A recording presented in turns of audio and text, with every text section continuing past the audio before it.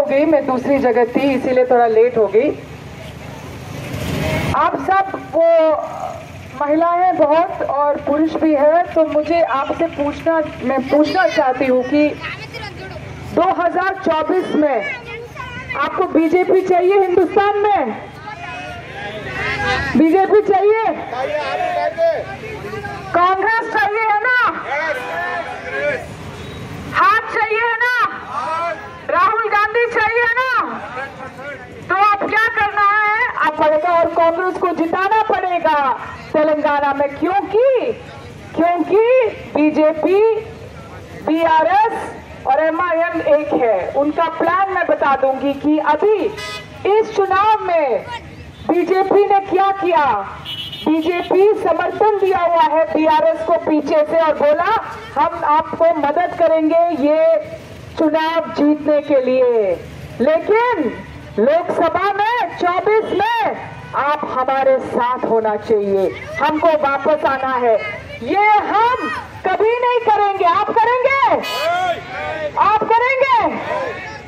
आपको एक चीज याद रखना है, 2024 से पहले कोई आपसे बोलते नहीं है कि आप हिजाब पहन सकती है नहीं पहन सकती है, हाँ या ना? इन कर्नाटका में क्या हुआ? आपको क्या कहा? हिजाब पहन के कॉलेज में नहीं जा सकते हैं। किसके नेतृत्व में हुआ था वो? बीजेपी सरकार। समझ गया? 2024 से पहले आप लोगों से नहीं कहा कि आप हलाल खा सकते हो नहीं खा सकते हो, हाँ या ना? अभी बोलते कि हलाल नहीं खाओ, ये मत कर, अजान जोर से मत लगाओ। ये क्या हो रहा है हिंदुस्तान में बीजेपी के?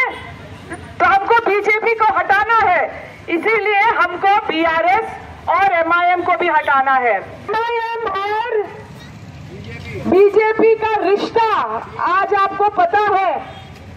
गोशा महल जो असादुद्दीन ओवैसी का घर है, वहां कौन आ रहा है आज पता है?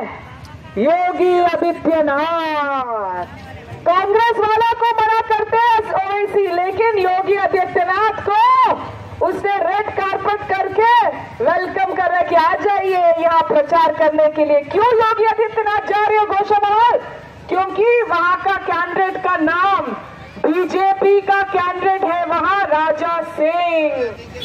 और ये राजा सिंह के खिलाफ एमआईएम ओवैसी साहब ने कोई कैंडिडेट को नहीं रखा है, नहीं रखा है। जब आपका गढ़ है गोशामाल, आप बीजेपी के खिलाफ क्यों कैंडिडेट नहीं रखा है?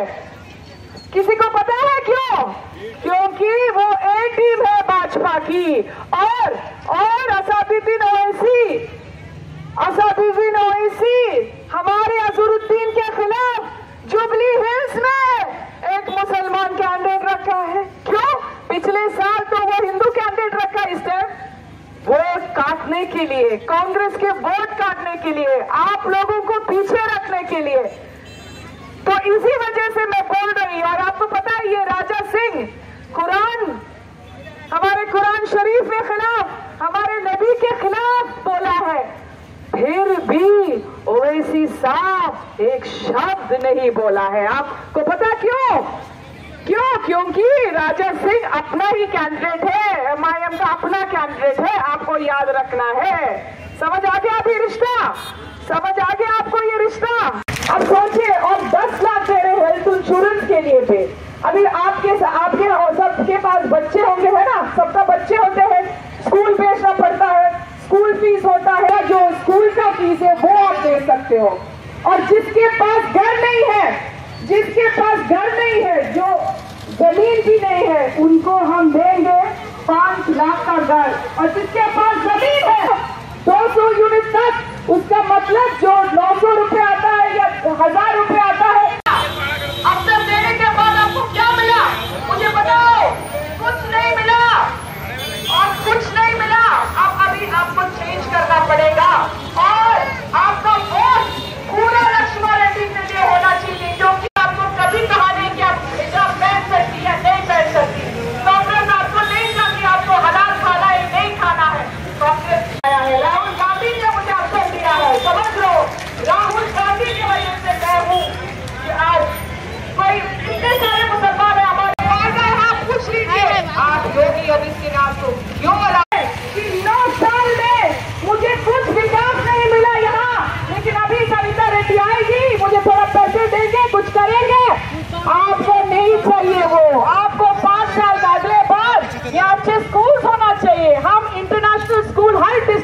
बना रहे हैं, आपके बच्चे